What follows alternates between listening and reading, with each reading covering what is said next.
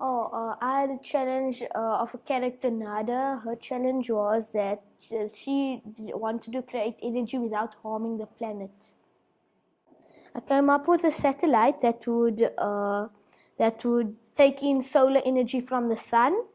And since they're really far from our Earth, the network connection is bad.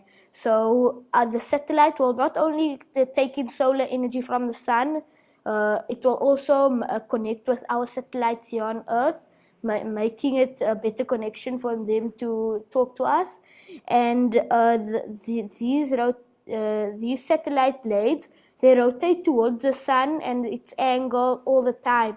So it always takes in solar energy.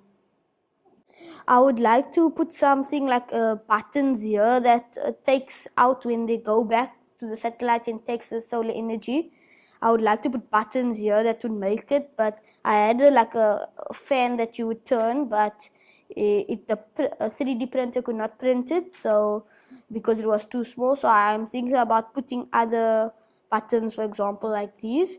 And for the blades, I think I should have printed them out separately, because when I printed it out together, they were stuck together, so the joint and the bolt, it wouldn't rotate.